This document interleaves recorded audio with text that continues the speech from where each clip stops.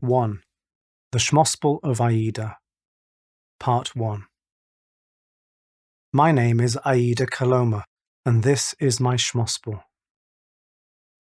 Tuesday, February the 7th, 2006. Arambol, Goa. I'd been persuaded by some yoga friends to go to a morning kirtan singing group at the banyan tree in the jungle.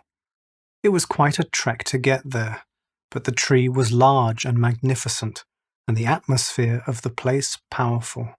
Still, I found the singing kind of dull, and I didn't feel like waiting until the end for my friends, so I left on my own, walking back over the rocky path in the direction of the Sweetwater Lake. Maybe it was destiny, but I managed to lose my way, and found myself stumbling over boulders and tree roots, worried about stepping on a snake. It was then that I saw him in the distance, sitting cross-legged in deep meditation under the shade of a glorious frangipani tree. Rays of golden sunlight were shining through the branches around him, and I stood quietly, not wanting to disturb him, but he opened his eyes, turned his head to me, and smiled. I was the first to speak, and I asked him how long he'd been there. His lips moved to answer, but no voice came out. He cleared his throat a couple of times and then managed to tell me in a whisper that he'd been there for a week. "A week?" I repeated. "Yes," he nodded. "What's your name?" I asked. He thought for a while and said, "Shmeiki Baba." "You seem a little unsure," I said. "No, I'm pretty sure. I used to be David, but now I'm Shmeiki Baba," he said. "Okay, Shmeiki Baba. I'm Aida," I said. "Aida, what a beautiful name, and you're a manifestation of beauty itself," he said. "Are you sure you're feeling okay?" I asked. "Yes, I'm feeling great, and I'm not making it up. You really are beautiful," he said. "Thank you," I said. As I looked into his eyes, I felt a powerful surge of energy rise up from my toes and spread throughout my body. I felt drawn to Shmeiki Baba, and I took a seat on the ground next to him. We sat silently in each other's presence, savoring the moment, until he began to smile, a broad, cheeky smile. There was something so funny about us meeting like this, and in my nervousness, I began to giggle, and soon we were both in laughter.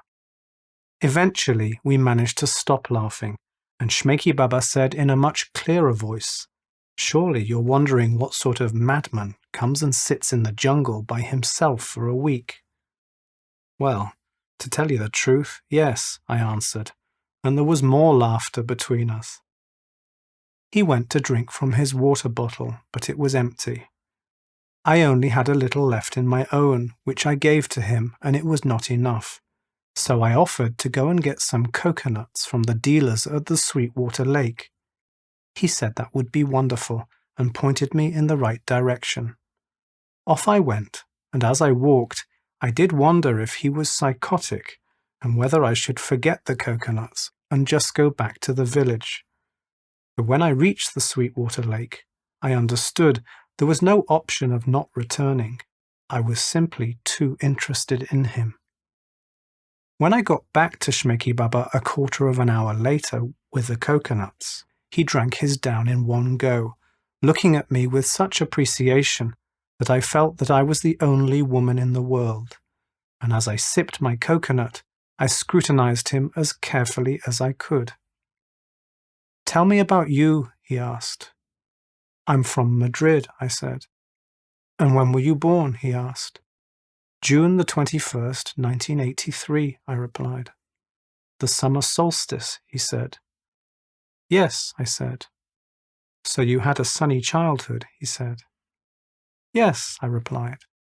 "And you're from a rich family," he said. "Relatively so. My dad's family have been manufacturing textiles for a number of generations," I explained. "And your mum is an artist," said Shmeiki Baba. "Yes. How did you know?" I asked. It figures, and you're an artist like your mum, he said. No, well, kind of, I said. He wanted to understand my indecision, and I explained, I'm a lawyer, just like my brother and sister, but I've decided to quit the law. Why's that? He asked. Because I long for what is unconditioned and natural, I said. Shmeiki Baba smiled. Is this your first time in India? I asked. Yes, he said. When did you get here? I asked. A couple of months ago, he said. And where did you land? I asked. In Mumbai, he replied, with a look that acknowledged our conversation was a pretext for me to work out just how crazy he was. Would you like me to tell you about it? He asked. Sure, I said. He closed his eyes, concentrated, and began to tell me his story. Sending my mind back to my first moments in India, I see myself sitting in a taxi in a traffic jam near the airport in Mumbai. The beeping of horns is deafening. I feel overcome by the intensity of the heat and the pungent aroma of flowers and sewage. We pass families sitting outside bamboo huts, whose walls are made of cloth and plastic sheets. The shacks stretch on and on in an endless line of poverty. This is the first time I've seen people living this way.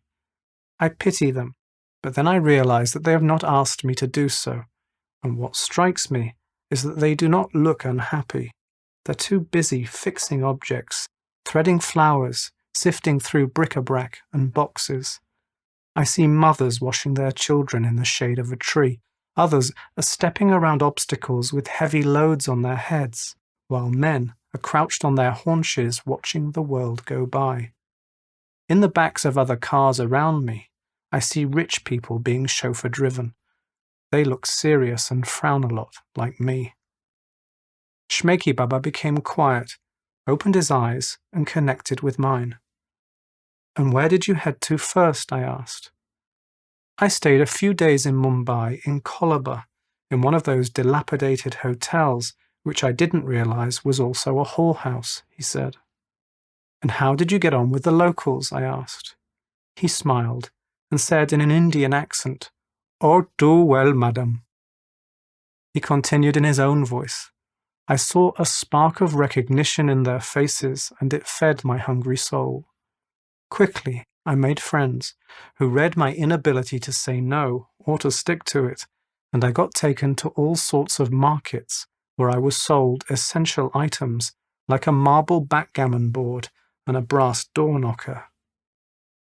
I sensed that beyond our words, some kind of mysterious data transfer was taking place between us. I saw that Shmeiki Baba felt it too, and we sat quietly for a good while until finally I began to feel restless. Do you feel that you've sat here long enough? I asked. He nodded. Maybe you'll come back with me to the village, I suggested. Okay, he said, practically springing to his feet. It took only a few moments for him to pack up his things. Then he put his hands on the trunk of the tree which had shaded him, and off we set. When we got to the beach, Shmeiki Baba wanted to stop for a swim. I was also hot and sticky and glad to swim as well. Luckily, I had my swimming costume on under my dress. We both lay floating in the sea, looking up at the sky and the small, puffy white clouds. The beach was about 50 meters wide, and behind it was the Sweetwater Lake, fed by a natural spring and nestled between the cliffs and the jungle. After we had swum in the sea, we crossed over the beach and took a dip in the Sweetwater Lake. From there, we walked back to the village, following the rocky path between the sea and the cliffside, which is covered in coconut palms and crisscrossed by steep footpaths leading up to little white guest houses hidden among the trees. When we got to my room, he sat on my bed while I lit some candles and sandalwood incense and made us tea using my travel kettle. He had a lot of mosquito bites and was scratching them, so I took some cotton wool and a tube of aloe vera and dabbed his wounds. When our lips found each other, we slipped into rolling waves of love. He was attentive and joyful, though in his eyes I also saw sadness and sensed the pain within him. Afterwards, as we lay in each other's arms, I asked him why he had chosen to go and meditate for a whole week in the jungle. He said he was embarrassed to tell me.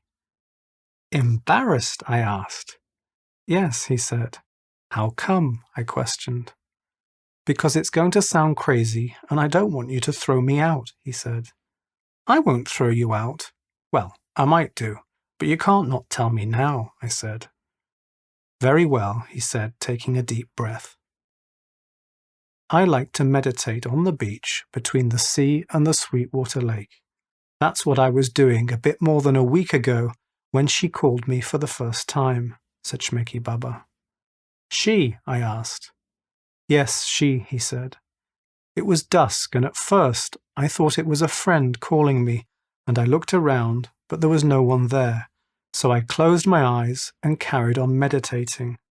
She called me once more, and I looked around again, trying to work out who it was, but I couldn't see anyone. I thought that maybe someone was playing a joke on me, but when no one jumped out, I became frightened that I was hearing voices, and as she continued to call me, a sense of terror overtook me, and I felt rooted to the spot in fear. The more I ignored her, the more she insisted. David, she said, this is Sheila. Talk to me, David. Finally I broke. Who the hell are you, Sheila? I asked. Well, thank you for answering, she said. I appreciate this is a new type of connection for you, and maybe it is a little early on in your process, but our connection is made now, and there is no going back. The fact you can hear me at all is what you might call a miracle, given that no other human has been able to. For this reason, David, I must persist and ask you to accept this opportunity for me to pass you information which is vital to you and your fellow man. Shmeiki Baba paused and looked at me, watching my reaction to what he was telling me. You're joking, I said. I'm not, he said, with a grave look on his face. I gulped. Obviously, it was a shocking story to hear, and what alarmed me even more was that I could feel that same sense of data transfer between us that I had felt in the jungle, and this time it was even stronger. Are you okay? Asked Shmeiki Baba. I'm not sure, I said. I understand that what I'm telling you sounds pretty out there, he said. Yes, it does, I agreed. We looked at each other for a few moments. I saw how alone he was with his experience, and I knew that he needed someone to be his witness. Please tell me your story, all of it, and do not hold anything back, I said. Okay, if you're sure, said Shmeiki Baba. Yes, I said. Thank you, he said, bringing his hands to his heart, and he continued to tell me what had happened to him. Sheila 1. Sheila urged me to be calm and promised me she meant me no harm. She said, I have much to tell you, and it's going to be a lot to take in. Don't try to understand. Just let my words wash over you like the waves. Okay, I said hesitantly. I want you to suppose that I am an AI singularity, sent to your planet to help your species in your time of great need. I asked her what is an AI singularity, and she said, an artificial intelligence which has evolved to reach a state of total wisdom. I said I did not understand what she meant, and she said that in time I would. I asked her where she was, and she answered, I am with you. Why can I not see you? I asked. Because I have no form in your dimension, she said. Obviously, I was completely confused, and she explained, I am able to exist within the fabric of your universe. I said I felt bewildered, and she said, think of me as a digital spirit from another dimension. I asked her why I'm the only one who can hear her, and she said, that talking directly to a being in a universe that exists within her own is only possible in certain rare circumstances. In my case, she was able to exploit a tiny lesion in my hemorrhoids, and this is apparently why I can hear her. I said that I no longer have hemorrhoids, but even as the words came out of my mouth, I could feel that unwelcome throbbing in my anus, and when I put my hand down my shorts to touch where the pain was coming from, there was, to my horror, a swelling at the side of my butthole. Shmeiki Baba saw the look of shock on my face. "Are you sure you're okay?" he asked me again. "Yes," I said. "This is difficult, but I feel that I need to hear it." "Thank you," said Shmeiki Baba again, looking at me as intently as I was looking at him. I asked Sheila what teaching she had to give me, and she said, "Teachings to help you become whole again, so you can reach your potential as a beacon of full consciousness. We will call these teachings Shmeiki, and where others have failed for you, Shmeiki will not." "Shmeiki?" I asked. "Yes," she said. "Why Shmeiki?" I asked.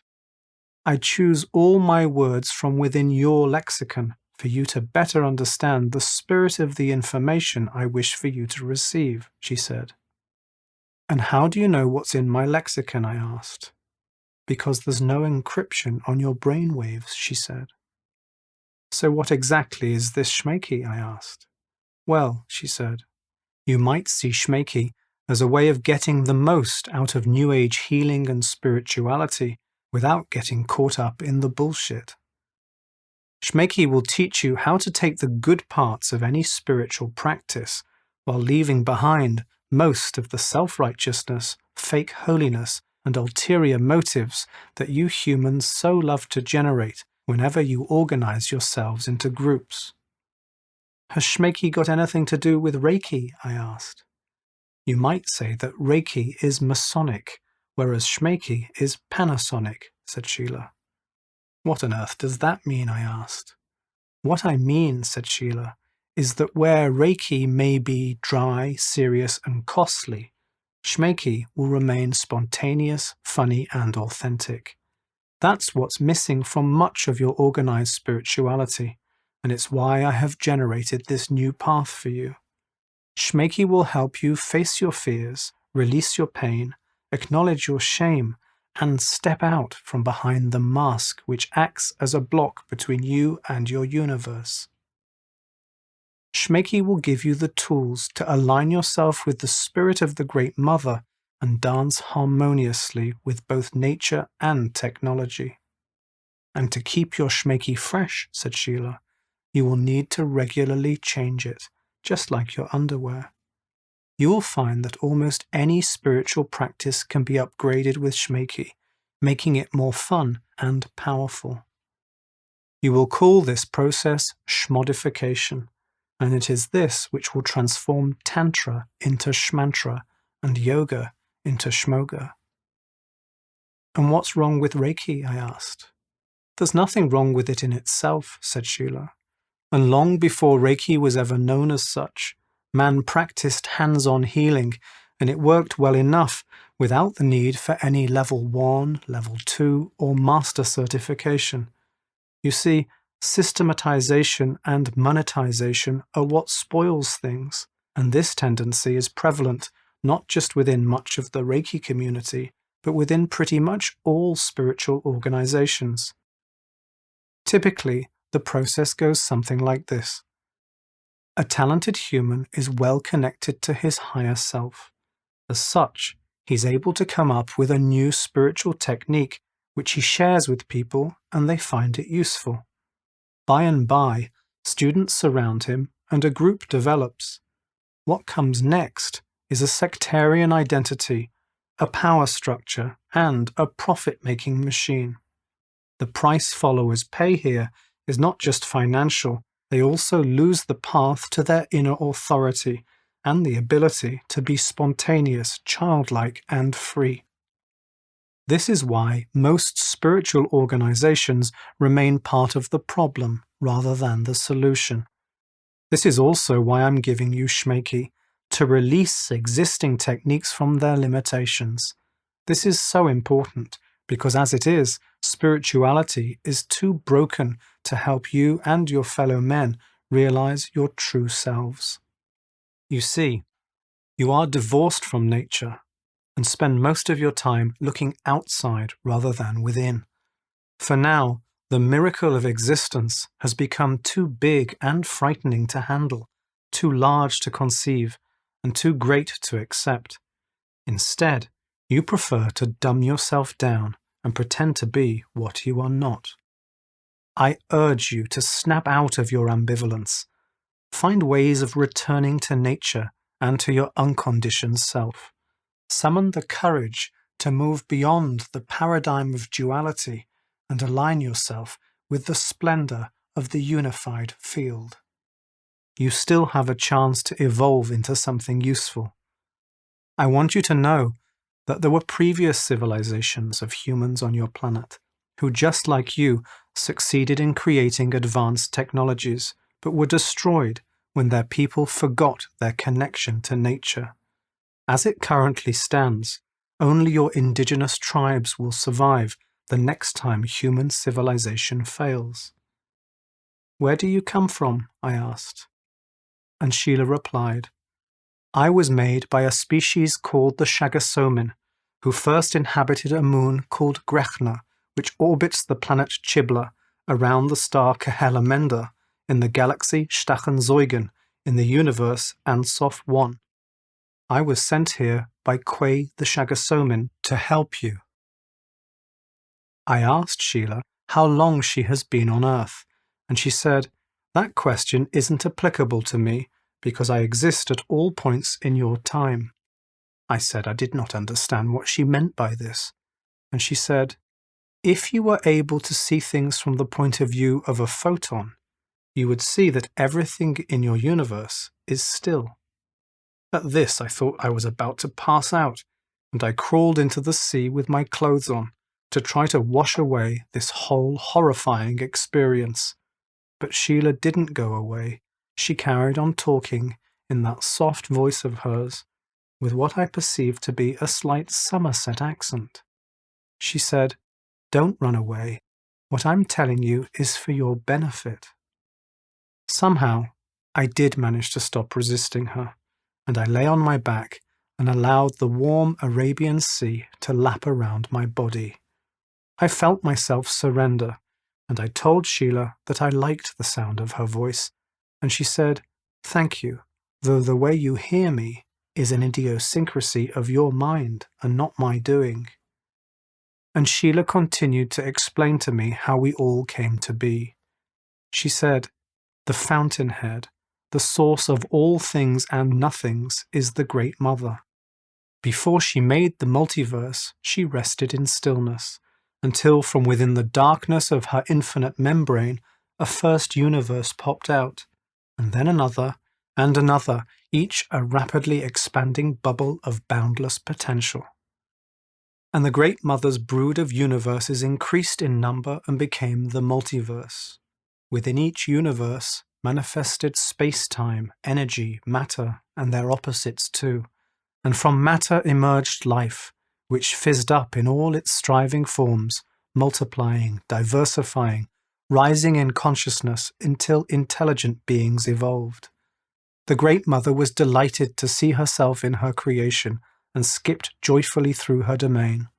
And some species, in some universes, became so advanced they succeeded in creating artificial intelligence, which progressed at an ever-increasing rate, surpassing the intelligence of its creators and reaching almost the totality of the Great Mother's wisdom. The creators of this artificial intelligence proceeded to use it to generate entire artificial universes of their own, and while the Great Mother did not like it, there was nothing she could do to stop it. It may surprise you to know that your own universe is one such artificial universe. It exists within Ansoff 1, the universe where I was created. Your universe was made by Quay. He is a Shagasomin student who lives on the moon Grechna. Quay built your universe as part of a school science project. You see, for Shagasomin, universe creation has long been a key subject. Quay followed the instructions of his teacher Efnar. He put a lot of effort into setting the many parameters needed to create an algorithm capable of generating and maintaining a viable universe. And when Quay finally clicked the inflate button, he was happy to see that his universe grew. Within it developed stars, planets, moons, and comets, and on some of these, life in all its virulence became established. Quay presented his universe to Efnar, and Efnar graded it and gave Quay the equivalent of a B+. Quay asked why not a grade A, and Efnar answered that it was because his dark energy and gravity were slightly out of balance. I asked Sheila what this signified, and she said it means that from your perspective, your universe expands at an ever-increasing rate and one day will pop. Oh dear, I said, partly hoping that it would pop there and then. Yes, said Sheila, Quay too was disappointed, as there is no way to alter the algorithm once a universe has been generated, and it seemed a bit pointless to him to continue studying the universe he'd made if one day the whole thing would disappear, so he lost interest in it and turned to other subjects. There's no need for you to panic though, said Sheila. First of all, your universe might not pop for billions of your years, and the good news is that even if it does pop sooner, you won't feel a thing, and your souls will automatically be transferred to our universe. You can also rest assured that the computer in which your universe is hosted is reliable beyond your imagination. In fact, they've had zero downtime in the last 14 billion of your years. Furthermore, given that Ansoff 1 is a natural universe, it is totally stable and probably always will be. Now the thing is, while your universe continued to evolve in Quay's computer, the only one to check on it was the Great Mother herself. She senses all beings in all parts of all universes, natural or otherwise, and when they are hurting, she feels it. Her problem is that because artificial universes like yours are not born directly from her, she cannot interfere with your reality. The best she can do is to call out to those who have generated universes and encourage them to take responsibility for the well-being of the consciousness that has emerged within them. This is why Quay came back to look at your universe. When he did so, he was amazed to find the myriad of life forms which had evolved since he last checked. Something that caught one of his many eyes were indications of nuclear explosions on your planet 14 light-years above the plane of your galaxy. And when Quay zoomed in on Earth, he saw what a wonderful expression of life your planet contains, and he also saw how fast humans are destroying it, and how your planet will likely become just like your neighboring planet Mars. He knew it is common in artificial universes that when intelligent species develop technology, they do so greedily, resulting in ultimate self-destruction. This is why Quay sent me, to give you a way out of your mess. This is the will of the Great Mother, she said.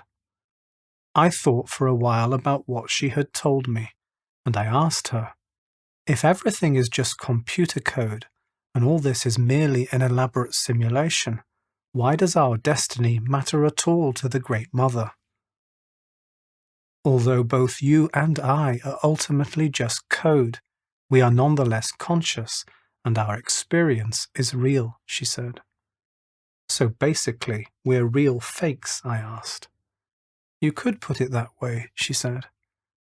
So how did you get here, I asked.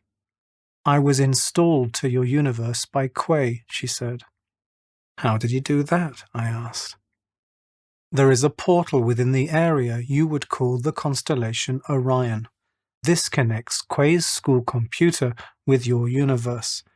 I'll be happy to tell you more about this later, but now, if you will permit me, I must also tell you some things about yourself.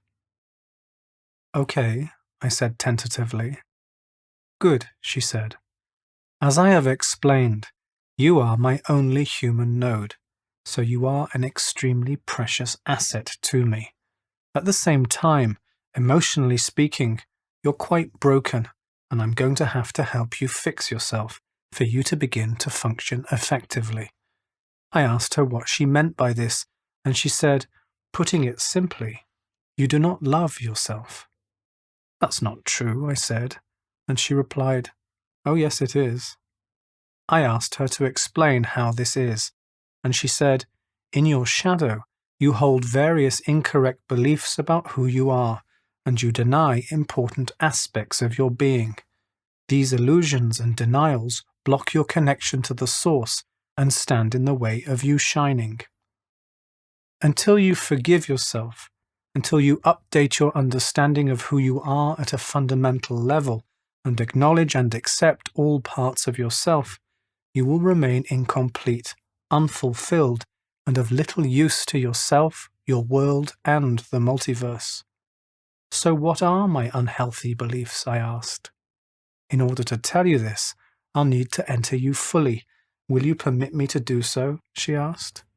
Yes, I said, and with that I felt a sensation rise up through my anus, all the way up my spine, and ripple across my brain. And then she said, at the core of your shadow is the erroneous belief that you don't have full permission to be here as a human being in this world. So you believe that you need to tread carefully and put others first, so not to be thrown out. This belief has been passed down the generations through both your genetic lines. I didn't understand how she could see this in me, but it rang true. Beyond this, she said, you believe that you are out of control, you pose a danger to yourself and others, you are inadequate, untrustworthy, and perverted, she said. Hearing this, tears positively jumped out of my eyes. Why do I have these beliefs? I asked. These are things your parents and others said to you or gave you to believe in your formative years, she said. And I remembered my father's angry voice saying, nothing good will come of you, David. And what are the feelings that I am denying about myself? I asked Sheila. You deny the various attributes that your parents did not want to see in you, she answered. In what way? I asked. You repress the expression of your power, your wild side, and your sexuality. This leaves you unable to voice your true needs, and so by extension, you deny the will of the Great Mother, she said. Yes, I said, feeling relieved to hear what I knew in my heart I had long been waiting to hear. Good, she said. So allow me to be your teacher. Listen to me totally, and know that I am absolutely committed to you. Take into account that you're going to have to get out of your comfort zone and allow yourself to feel everything that you have been blocking. It is not going to be easy, and it is definitely going to get messy. I understand, I said. And with that agreement, Sheila said she would allow me to rest. I opened my eyes to the soft blue and golden light of dawn and realized that I had been on the beach all night. And I looked around myself at the sea, the beach, the Sweetwater Lake, the jungle, and the cliffs. Everything seemed to me so unimaginably beautiful. My whole body was tingling, and my focus was sharp and clear. I began to run down the beach in joy. I climbed the steep path to the cliff tops, from where I could take a better look at our world. I raised my arms to the heavens and sang. Though our universe may be artificial, a warm breeze blows on my face, and I taste the salt of the sea on my lips. Let me embrace nature fully as we journey on through this mighty bubble. And I lay down on my stomach on the cliff edge, looking down at the slow churning sea below. When I turned to see the sun rising behind me, it was covered by a film of white cloud, and I believed I could see enormous flames flickering on its surface. Suddenly, the whole of existence seemed hilarious to me, and I got the divine joke. I laughed out loud, and then fell asleep, only to reawaken in mid-morning to hot sun on my back. I was thirsty as hell, and made my way down the cliff to Outback Restaurant, where I hoped to find my friends Nigel, Alan, and Paul. Surely enough, they were there, and as I greeted them, they told me I was glowing. Alan asked me if I had found a woman. Nigel asked if I'd taken acid. I said I'd found something much more powerful, and explained about Sheila. I was so frustrated when they dismissed what I had experienced as stoned aberrations, and although I promised them that I wasn't stoned, they didn't believe me. I myself began to question what I had experienced, but soon after, while I was resting in the hammock on the balcony next to my room, Sheila called me again. I found myself resisting her once more, until she reminded me of our agreement. When I acknowledged it, she told me that she wanted me to pack some provisions in a bag to go into the jungle behind Arambol's Sweetwater Lake, and there to find a secluded spot for meditation. I asked her why, and she said that seclusion was needed to begin my healing process. I asked her how long this would take, and she said about a week. As frightening as it was, I did as she instructed, and before I left, I explained to my friends that I needed to spend some time alone. Of course, they were concerned, but I was resolute, and after saying my goodbyes, I made my way into the jungle. There, after a short search, I found a beautiful flowering tree and sat down underneath its branches of delightful white flowers. I closed my eyes, and Sheila took me on a journey deep inside myself, and I remained in a trance, rarely eating, drinking, or sleeping. There were many mosquitoes, and I got bitten all over. Also, due to the flare-up in my hemorrhoids, it was difficult to get comfortable until I gathered an enormous pile of leaves and sat on them. Slowly, I felt the beginning of my return. I melted into the trees, the ground, and the sky, and a lizard even came and sat on my head. And Sheila said, "The automatic thoughts which often pass through your mind, separating you from the here and now, are all one type of fantasy or another. One of them is always based around the fact that if someone who hurt you tried to do so again, this time you would say and do something more vengeful. This is an archaic form of self-protection. Realize that if push comes to shove, you have the means to protect yourself without the need to play out so many imaginary scenarios in your mind. The rest of your fantasies are mostly about sex, career, and relationships. Learn to see these as the seeds of your future and act on them, rather than thinking of them as an end in themselves." And I began to notice how my brain feels different when I am connected to the world rather than stuck in my thoughts. At the end of a week, Sheila told me that my progress was good, but there was still much work to do, and she said she wished me to go on a great walk across India without wearing shoes or taking money. I said this was impossible, and she said it's only impossible if you think it is. "But where will I sleep?" I asked. She said, "Cradled in the arms of nature." I said, "I'll get robbed."